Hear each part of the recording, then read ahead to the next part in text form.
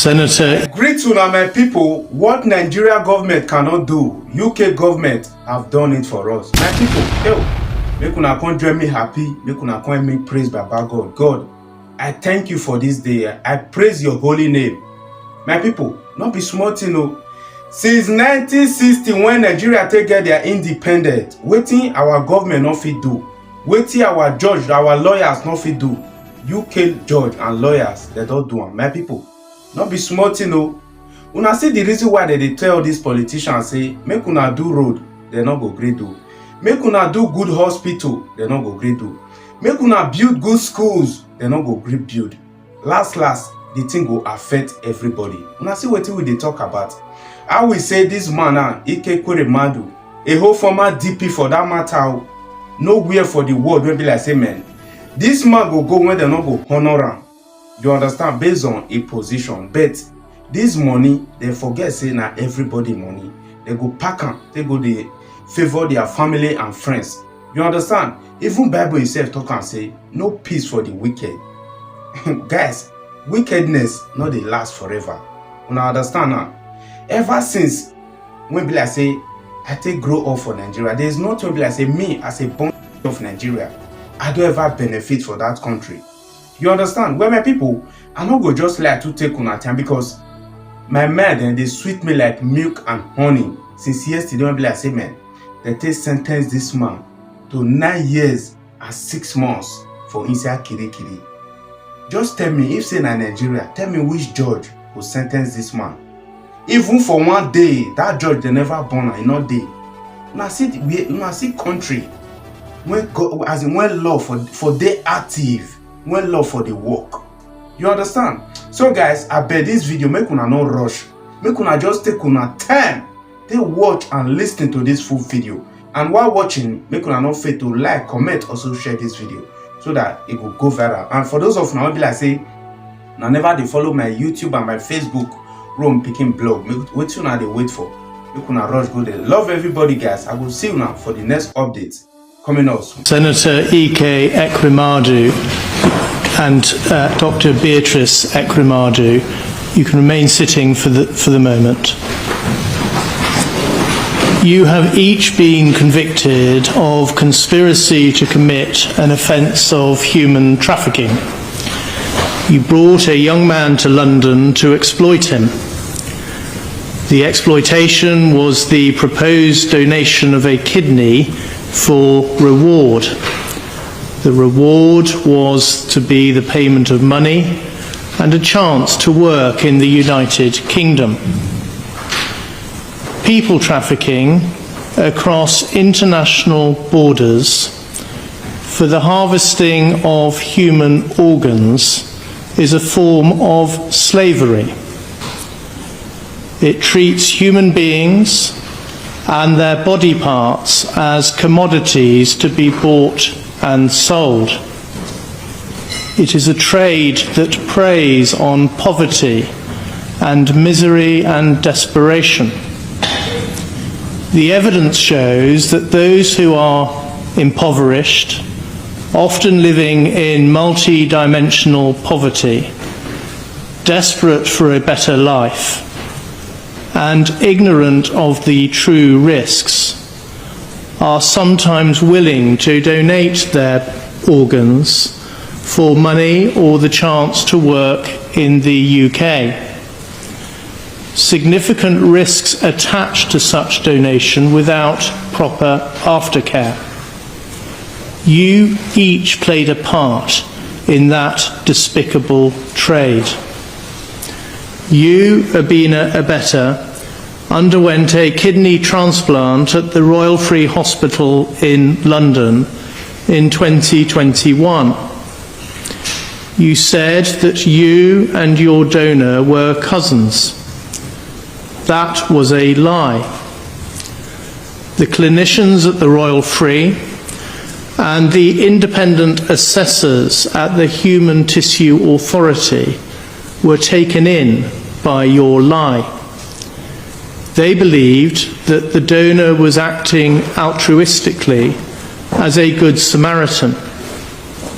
The transplant went ahead. there is no evidence that the donor has been given the necessary aftercare. It is not necessary for me to make a finding as to whether you exploited the donor.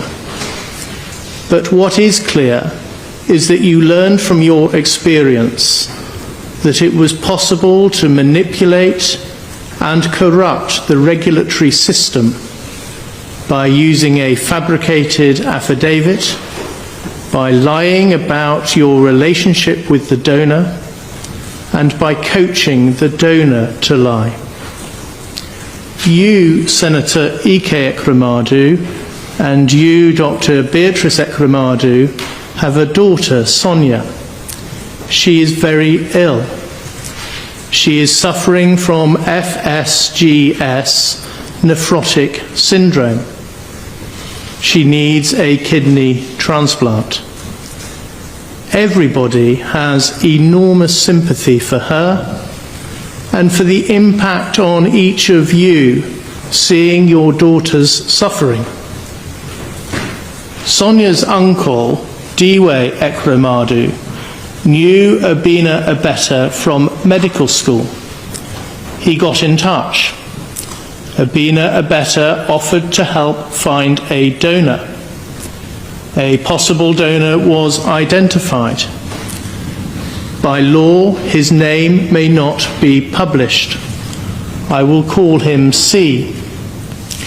C grew up in a village where he had no electricity or running water. He left school at the age of 15 and he went to Lagos, where he sold phone accessories from a wheelbarrow in a market. He was earning about 3,500 naira a day, the equivalent of just £7. Tests in Nigeria showed that his blood group was the same as Sonia. He agreed to come to the UK. I am sure that he did not at any point agree to donate a kidney to Sonia altruistically. There was no reason why he should do so. He was not related to your family. He did not know Sonia or any other member of your family.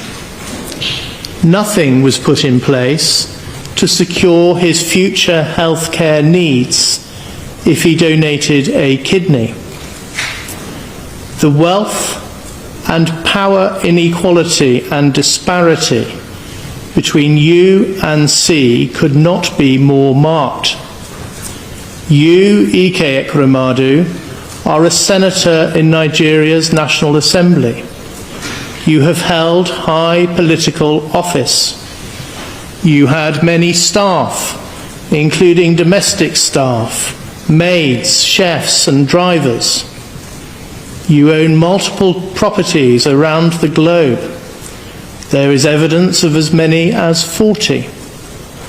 More than £400,000 went into your bank account over a 6-month period. By contrast, C was unable to afford a £25 fare to travel from Lagos to Abuja. You each conspired together to bring C to the UK in order to exploit him. You all knew that was unlawful. You, Ikweremandu, had been part of the legislature that had introduced the law that made that conduct a criminal offence in Nigeria. You, Abina Abeta, secured the visa. You did so by telling a lie that C and Sonia were cousins, the same lie that you had told in respect of you and your donor. You also secured a fabricated affidavit testifying to their relationship as cousins, just as you had done for your transplant. You asked the Ikweremandu family to pay C a fee of 3.5 million naira. The jury rejected your account that the fee was for his loss of earnings. The fee was paid by you, Ikweremandu. The jury rejected your account that you knew the fee was a scam and that no reward would ever be paid to C.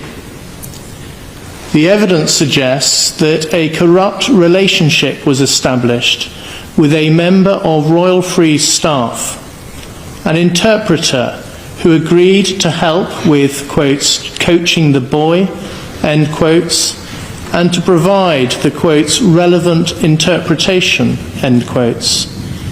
You, Ikweremandu, were instrumental in establishing and controlling that corrupt relationship.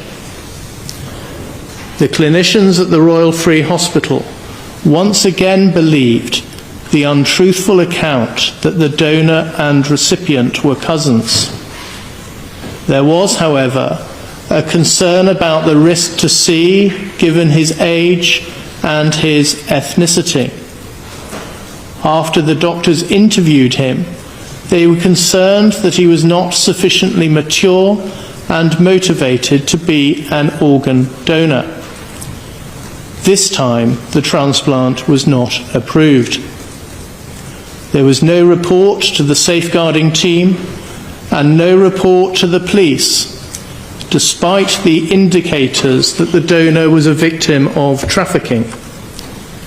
Those indicators included the tenuous nature of the relationship between C and Sonia, the limited evidence to support that relationship, and C's clear lack of understanding about the process, and also his reaction to being told that he was at the hospital to discuss a kidney donation. In the course of the trial, Hugh Davis KC suggested that a lesson to be learned from this case is that clinicians must be alive to the risk of trafficking and report cases like this when concerns arise. I entirely agree. After the decision had been made that the transplant would not go ahead, there was a sinister development. A consultant nephrologist and another man examined C at the place where he was being kept. It is not necessary to make a finding as to the true purpose of that examination, but it is easy to understand why C believed that he was going to be taken back to Nigeria for the transplant to be conducted there. On the 3rd of May, when C was due to return to Nigeria, he ran away. He spent 2 nights sleeping rough. On the 5th of May, exactly a year ago, he attended Staines police station. There he saw Sonia Nicholas, a police inquiry officer, and Detective Constable Hannah Paisley. As a result of them carefully listening to C, it was recognised that he might be a victim of trafficking. Arrangements were made to secure his protection and his well-being. Subsequently, each of you was arrested, charged, prosecuted, and convicted. C suffered a loss of his personal autonomy because you kept his passport and exercised control over his movements and his basic human needs. He was put in fear that he would be subject to the forced removal of his kidney without any appropriate aftercare. Now he is scared to return home to Nigeria. As he puts it, he is having to start his life again. I tried to scream.